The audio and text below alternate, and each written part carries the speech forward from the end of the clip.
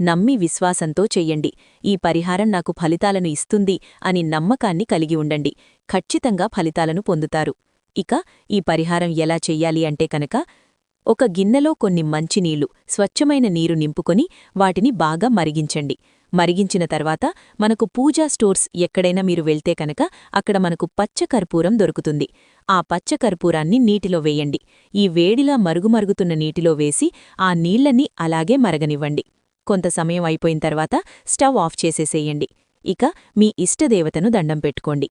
ఈ చల్లారినటువంటి నీటినేదైతే ఉందో, మనం ఇల్లు తుడిచేస్తుంటాం కదా, మామూలుగా మన ఇల్లు శుభ్రం చేసుకుంటూ ఉంటాం. శుభ్రం చేసుకున్న తర్వాత మనం చేసేటటువంటి ముఖ్యమైన పనేంటి? మాప్ చేస్తాం. అంటే ఇల్లు ఊడ్చిన తర్వాత ఇంటిని తడిబట్టతో తుడవడమనేది చేస్తుంటాం. మాప్ చేయడమంటాం. అంటే కొంచెం నీళ్లలో ఫ్లోర్ క్లీనర్ వేసుకొని బాగా తుడుస్తూ ఉంటాం. ఇంటినిలా తడిబట్టతో తుడిచే ఆ సమయంలో ఈ నీటిని వాడి, ఏవి మనం